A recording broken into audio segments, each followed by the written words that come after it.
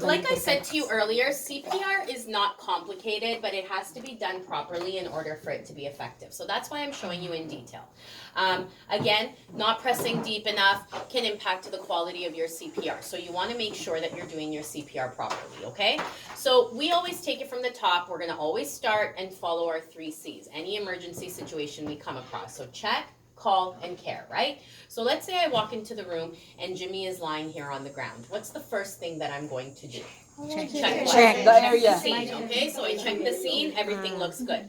What's the next thing I'm going to check? Check the person. The person. So how am I going to start by checking them? Hello, wake up. Hello, can you hear me? He's not responding. What am I going to check next? Vital signs. Vital signs, which are called ABC. ABC. So these mannequins can do a head tilt chin lift. I want to see you do that. I'm going to get in close. I'm going to listen, look, feel for breathing. I'm going to quickly check signs of circulation. This guy has no ABCs. What am I going to ask a couple of you guys to do?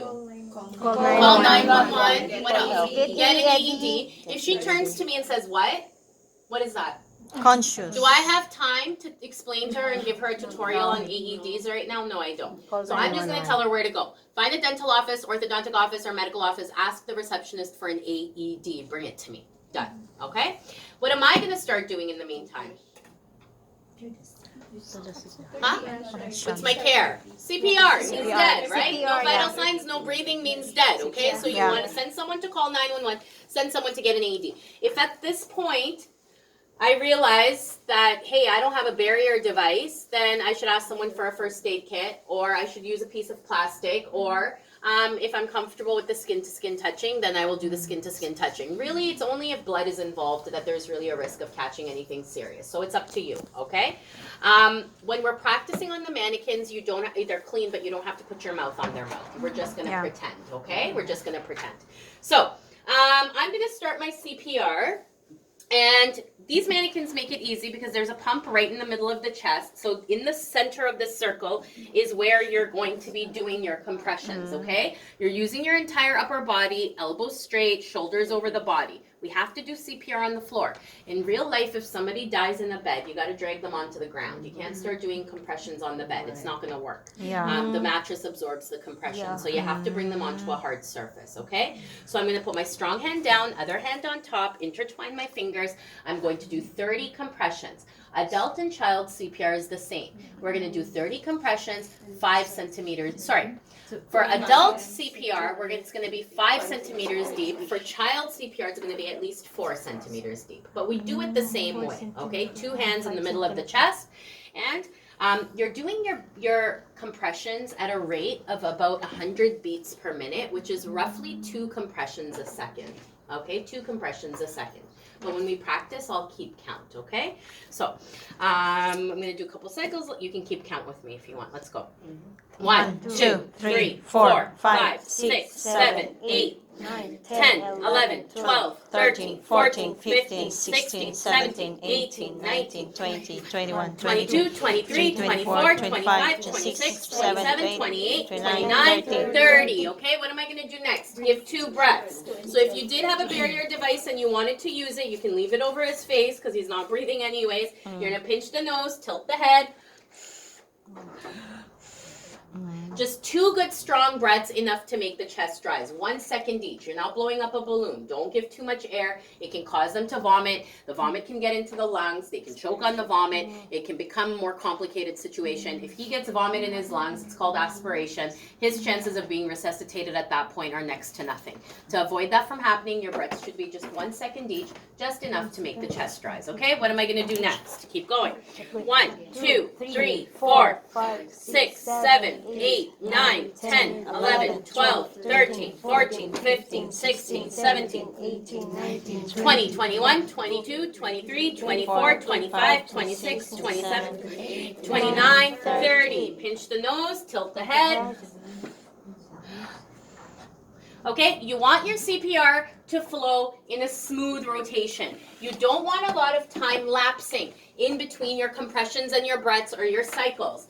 Now, if you have someone there to help you, do 5 cycles, switch after 5 cycles, have the other person take over because you're probably going to be tired and your CPR is suffering as a result. If the person says to you, I don't know CPR, I never took a course, it's okay. It's not brain surgery. You can show them what to do. I showed you guys in a couple of minutes what to do. Often 911 operators will give instructions over the phone to people who don't know CPR and how to do it, okay? So show them what to do, have them help you out. Now, if you don't have a barrier device, if you're not comfortable with the mouth-to-mouth breath, if Jimmy has any people there, his friends, his family, ask them to give the breaths, okay? They'll be his girlfriend will be more than happy to do that. Say, I'll do the compressions, you give the breaths, okay? Yeah. Okay, so I continue doing my CPR, and let's say this lady comes running and says, EFAD, I got an AED, they had one, CIBC was open, I have one. Great. We want to start using this machine quickly. The faster I defibrillate his heart, the better, okay? So she can put together the machine. Well, sorry, can you just pass me those pads? Mine are training, mine are training pads, so sorry for losing your stick a little bit.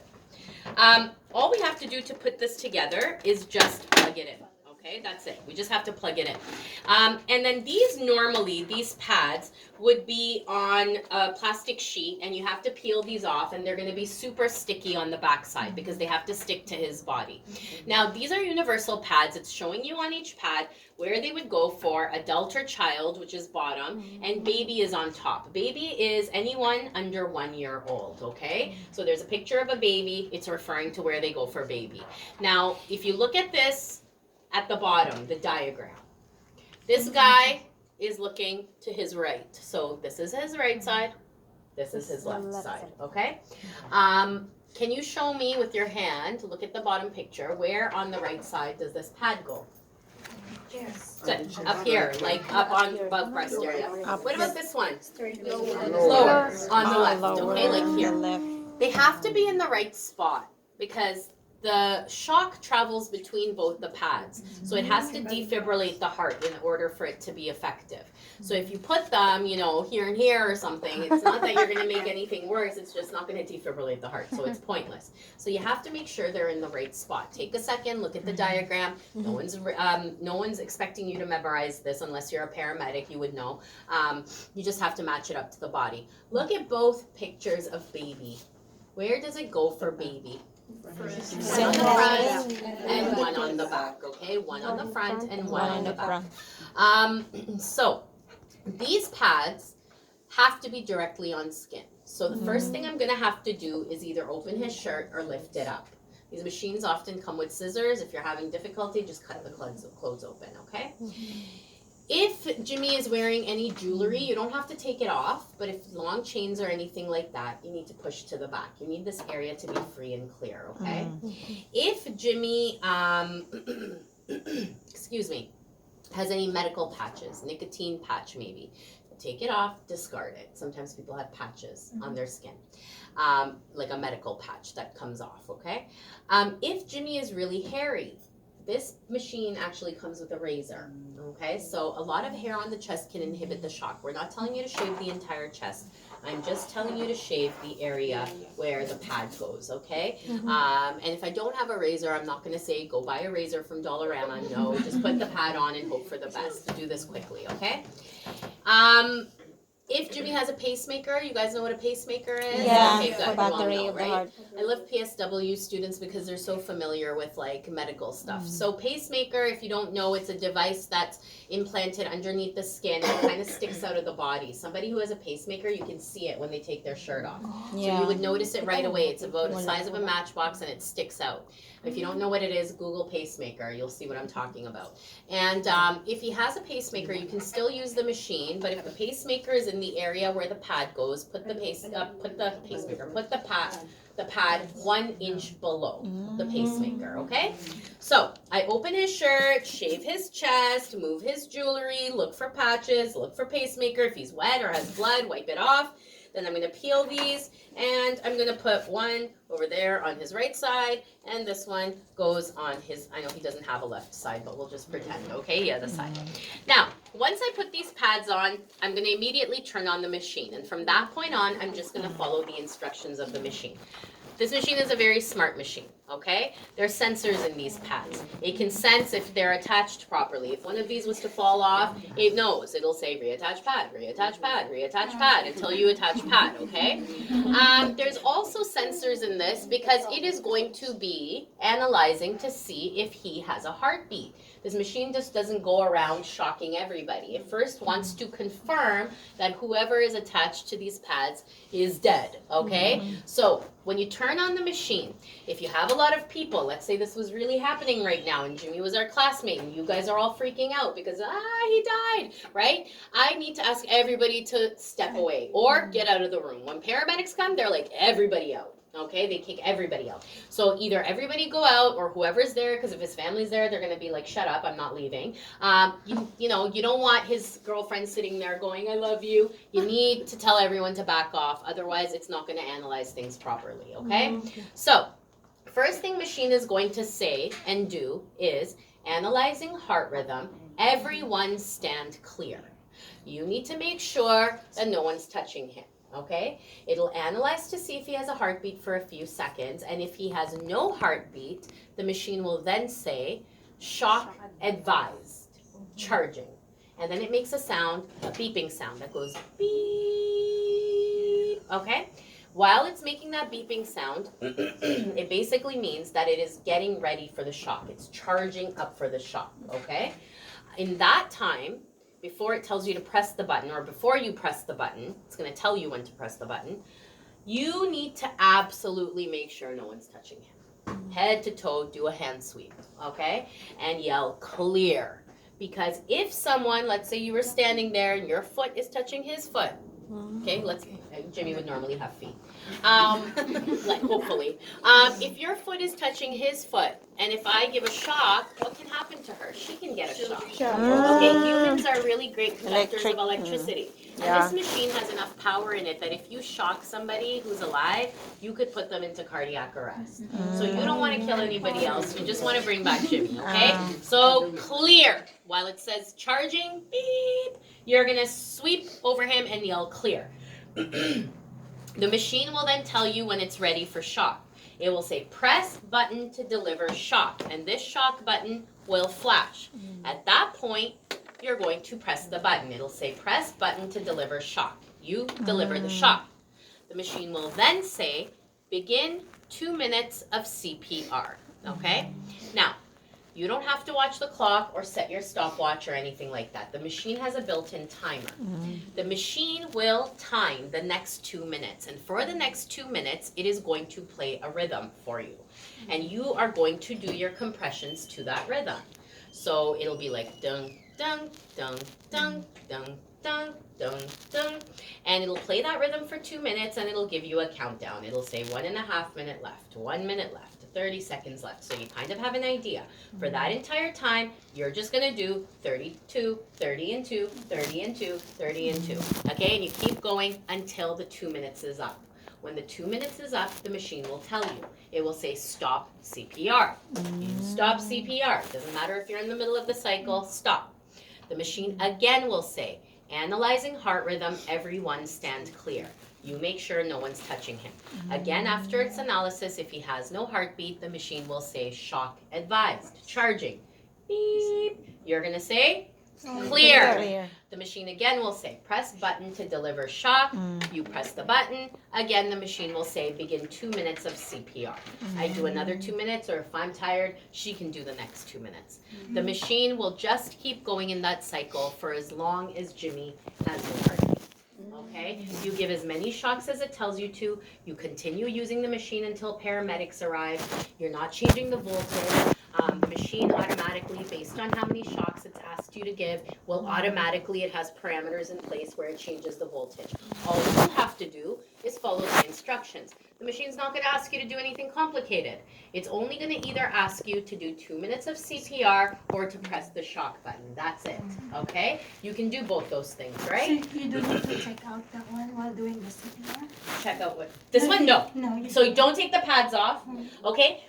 If I was doing my CPR, right, and somebody walked by and pressed this, nothing would happen. It's not in shock mode. This is a very smart machine, and because it's found in public places, there's safety features built into the machine. So I'll give you an example. Let's say this lady is sleeping on the TTC, and I get onto the train, and I'm crazy, and I have grabbed an AED, and for fun, I want to see what happens if I shock her, okay? I'm just making this up. If I take these pads and I put them on her, and I turn the machine on. She's fast asleep snoring. The first thing the machine says and does is analyze for a heartbeat. She's not dead, she's got a heartbeat. The machine is going to say to you, no shock advised, and you can press this as many times as you want. No shock is going to come out, okay? So you can't just go around shocking somebody, okay? This is not a weapon. If they have a heartbeat, if it's a living animal or a living human being, it will not go into shock mode. Whoever's attached or whatever is attached to these pads has to have no heartbeat, okay? Now, if these were on Jimmy, and let's say I do a few cycles, and all of a sudden it says analyzing heart rhythm, and it says heart rhythm detected, no shock advised. What does that mean? Jimmy has a heartbeat. Great, right? Check his ABCs. If he's breathing, turn the machine Analyzing off. rhythm. Turn Everyone the stand. Be quiet. Turn the machine off. And monitor his ABCs, okay? If they go, don't take these off, there's no risk of shock. If they stop again, which could happen, turn it back on, start using it again, okay? When people die, if they are resuscitated, often they will die again. So it's usually not the first attempt at resuscitation that works. So it is possible that his heartbeat comes back and then he stops breathing again. Then it comes back and he stops breathing again. Depending on how long it's taking the paramedics, this could happen, okay? So you need to just monitor his ABCs and see, is he breathing still? Okay, I'm gonna keep the machine off. Oh, he stopped, I'm turning it back on, okay? And also keep in mind, in most cases where someone has expired, if they are resuscitated, they're not going to regain consciousness at the same time. It's not like the movies where it's like, and they're like alive, right? The only situation that does happen in is drowning situations. But other than that, they're going to be probably unconscious for a while until they regain consciousness. So you just want to sit there and monitor the ABCs, make sure he's breathing until paramedics arrive, okay? This machine drastically increases the chances of resuscitation. They did a study a few years ago that showed that people who received defibrillation with CPR, and I'm not talking about at the hospital or paramedic level, I'm talking about at the first aid level like us. People who received both, their chances of resuscitation were 85% higher than just CPR, okay? CPR alone very rarely resuscitates people. What it does is it keeps the organs alive so that there's not brain damage, so that there's not further damage to the organs, okay? The two cases where CPR is most effective in resuscitation is drowning deaths and choking deaths, okay? But other than that, you really need defibrillation, okay? So like I said, if this machine is available to you, have someone bring it to you. If this guy's dead or he dies while you're waiting, start using it right away, because 85% higher chance is a huge, huge increase. You better believe if this is somebody I care about and they die, if I have an AED, I'm going to want to use it, because it's drastically going to increase chances of bringing him back to life, okay? I'm just going to turn the machine on so you get an idea of what it sounds like, okay? Analyzing rhythm.